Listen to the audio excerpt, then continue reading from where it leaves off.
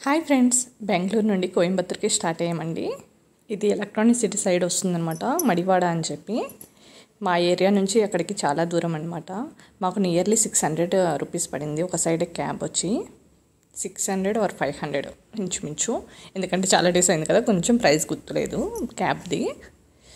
500 are 600 పడింది. ఇదంతా చూడండి, ఇక్కడ షాపింగ్ మాల్ లాగా ఓపెన్ వచ్చాయన్నమాట. బిల్డింగ్స్ అవి చాలా బాగున్నాయి, షాపింగ్ స్ట్రీట్. అందుకనే కొంచెం క్యాప్చర్ చేశాను పైన.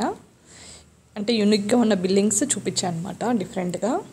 మీరు కొంచెం అబ్జర్వ్ చేస్తుంటే అక్కడ డిఫరెంట్గా ఏదో ఒక ఐటమ్ ఉంటుందన్నమాట. ఓకేనా, నేను ఎక్కిన బస్సు వాటి గురించి రివ్యూ గురించి కూడా చెప్తున్నాను. ఇదిగోండి, అక్కడ మొక్క చూసారా, అది చూపిస్తుంది అనమాట, అమ్మవారి దగ్గర అనమాట, టెంపుల్ ఏదో.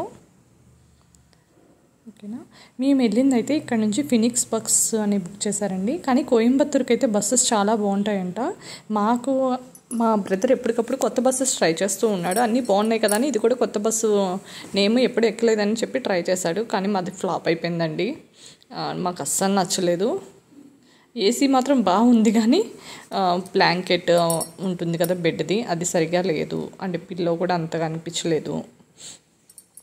ప్లస్ రైట్ టైంకి అంత దింపారు, ఇంక మిగతా అంతా ఓకే. కానీ మెయిన్ కంఫర్ట్గా ఉండాల్సిన బెడ్ కదా, అది కొంచెం కంఫర్ట్గా లేదు. అండ్ పాత ఓల్డ్ బస్సులో అనిపించింది. మేము బుక్ చేసుకునేటప్పుడు కొత్త బస్సు చూపించారనమాట. మనకి అబీ బస్సులో తెలిసిపోతుంది కదా, కొత్త బస్సెస్ ఉంటేనే మనం బుక్ చేసుకుంటాము, అంటే 1 year ఓల్డ్ అలాగా అని చెప్పి. ఇవన్నీ చూసారా బిల్డింగ్స్ అంతా ఇటు సైడ్ చాలా బాగున్నాయండి. ఇదిగోండి, ఇదేమో ఇందిరానగర్ కనెక్ట్ అవుతుంది అనమాట ఈ ఏరియా నుంచి. అసలు మేము షాక్ అయ్యాము, ఎందుకంటే వెళ్ళిన రూట్ అంతా డిఫరెంట్గా తీసుకెళ్లారు. అది ఎక్కడ కనెక్ట్ అవుతుందో కూడా మాకు ఐడియా లేదు. తీరా చూస్తే ఇందిరానగర్.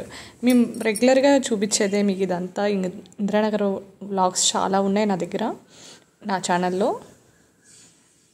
ఇదిగోండి, అసలు బిల్డింగ్స్ అయితే ఇందిరానగర్ సైడ్ సూపర్ ఉంటున్నాయి అన్నమాట.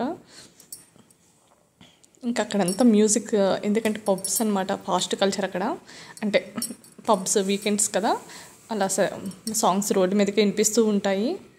ఇంకా తర్వాత మేము బస్సు కొంచెం దూరం వెళ్ళాక క్రోమా ఇంకా ఇవి స్టార్ట్ అయినాయి అనమాట. ఈ బిల్డింగ్స్ని ఎప్పుడు చూపించలేదు, అందుకని ఆ ఏరియా కూడా మీకు చూపిస్తున్నాను.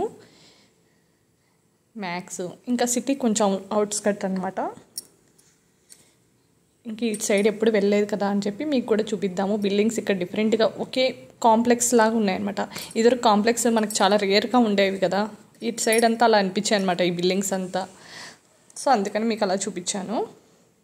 తర్వాత ఏంటంటే మాకు బస్కి వచ్చి ఎంత పడిందంటే మొత్తం కలిపి మాకు 4 members కలిపి 3000 చేంజ్ పడిందండి.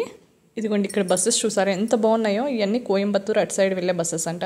అసలు చూడగానే మా బస్సుని ఒక ఊహించుకున్న, అబ్బా ఇది ఎంత బాగా వస్తుందో అని చెప్పి. ఇంకొక డ్రాబ్యాక్ ఏంటంటే మేము రోడ్డుకి ఇవతలు ఉన్నాం, రోడ్డుకి అవతల బస్సు ఆగింది. కాకపోతే ఇక్కడ కూర్చోడానికి మాకు కంఫర్ట్గా ఉంది, అటు సైడ్ అయితే కూర్చోలేకపోయే వాళ్ళమేమో. ఇదిగోండి, ఈ బస్సెస్ అన్నీ చూసి అబ్బా మా బస్సు కూడా సూపర్ ఉంటుంది అని చెప్పి. ఎన్ఎస్ ట్రాన్స్పోర్ట్స్ చాలా బాగున్నాయండి.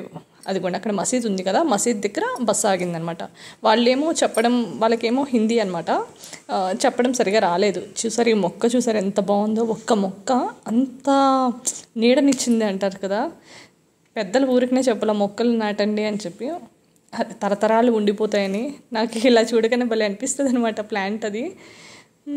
ఇక్కడ ఏంటంటే ఈ ప్యాకింగ్ చాలా ఫ్లవర్స్ ఇవ్వండి వేరే ఊరికి పంపిస్తున్నారు. అసలు ఎన్ని ఫాస్ట్ అనమాట వేసేస్తున్నారు. అవి ఎత్తి చూడండి, ఆయన ఎత్తి అలా పెట్టేస్తారు,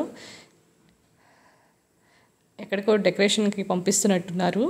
అసలు భలే పంపిస్తున్నారండి. నాకు బాగా నచ్చింది చూడగానే, ఎందుకంటే ఆయన ప్రతి ఒక్క బస్సుకి వేసేసారు అప్పుడు దాకా. ఇంకా లాస్ట్ సరుకు అయిపోయింది. ఇంకా మా బస్సు వచ్చేసింది. మేము రోడ్డుకి అవతలకి క్రాస్ చేసామండి ఫాస్ట్గా. ఇదిగోండి, ఇది ఫినిక్స్. కాకపోతే చెప్పాను కదండి కొంచెం ఫ్లాప్ అయింది. ఫినిక్స్ బస్ చూపించిందేమో వైట్ కలరు, అది అంతా చూపించిండు. కాకపోతే ఇంకేం చేస్తాంలే, సరే అడ్జస్ట్ అవ్వాలి కదా దేనికైనా, కొన్నిసార్లు అలా జరుగుతూ ఉంటాయి.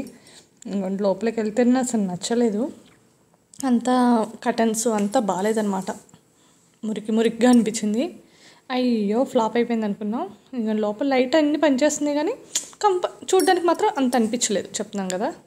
ఇగోండి కర్టన్స్ అంతా, బ్లాంకెట్స్ కింద వేరే బ్లాంకెట్ వేసాడనమాట, అది అస్సలు బాగాలేదు. అదేమో అంతా ఊడిపోయి వచ్చేసింది. ఓకే అనుకున్నాం. ఇంకా అంతా నేను సర్దుతూ ఉన్నాను అనమాట. ఇంకా మా చిన్నోడు అనుకుంటా రికార్డ్ చేస్తున్నాడు. ఇంకా మార్నింగ్ కోయంబత్తూర్కి దగ్గరలో ఉన్నాము. ఇంకా స్టార్ట్ అయ్యని చెప్పి చిన్న చిన్నగా ఏ బిల్డింగ్స్ అయితే డిఫరెంట్గా కనిపించాయో అక్కడ colleges and I special hospitals, universities and ఇంకా కొంచెం ఏమంటారు చేపలది ఎక్వేరియం మ్యూజియం ఎగ్జిబిషన్ జరుగుతాయి కదా, అలాంటి బిల్డింగ్స్ అన్నీ నాకు క్యాప్చర్ అని ఇది చేశానండి. అదొక కాలేజ్ ఇన్స్టిట్యూషను. డిఫరెంట్గా కనిపించిన బిల్డింగ్స్ షూట్ చేశాను అనమాట. సో వాటి ఎక్స్ప్లెనేషన్ తొందరగా ఇవ్వకపోవచ్చు, కానీ మీకు వెళ్తూ ఉంటే వీడియోలో మీకు కనిపిస్తూ ఉంటుంది, ఐడెంటిఫై అయిపోతుంది. ఇక్కడ అదిగోండి ఎగ్జిబిషన్ చెప్పాను కదా, అది చేపలది బ్లూ కలర్ది. ఇగోండి చూసారు బిల్డింగ్. యూనిక్గా ఉన్న బిల్డింగ్స్ అన్నీ నాకు అనిపించినవన్నీ తీసాను అనమాట. ఇంకా కోయంబత్తూరు వచ్చేసాము. ఇంకా మా పావని ఆల్రెడీ పావని కూడా ఛానల్ ఉంది తెలుసు కదా, బొబ్బిలి పావని, తను మా మరదలు అనమాట. కుదిరితే తన వీడియోస్ కూడా చూసి సపోర్ట్ చేయండి. మేమిద్దరం వదిన మరదలం. తర్వాత నుంచి వాళ్ళ ఇంటి దగ్గర ఏం జరిగింది, ఎందుకు వెళ్ళాం కోయంబత్తూరు అనేది రివ్యూ చేస్తాను.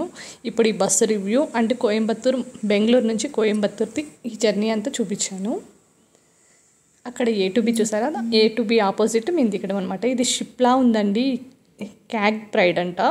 ఇది ఒక హోటల్, ఆపోజిట్ పెట్రోల్ బంక్. చాలా బాగుందండి అది చూడ్డానికి కూడా. ఇది బస్ స్టాండ్ ఏరియా అనమాట, కోయంబత్తూరు బస్ స్టాండ్. అదిగోండి టౌన్ బస్ స్టాండ్ అని ఉంది.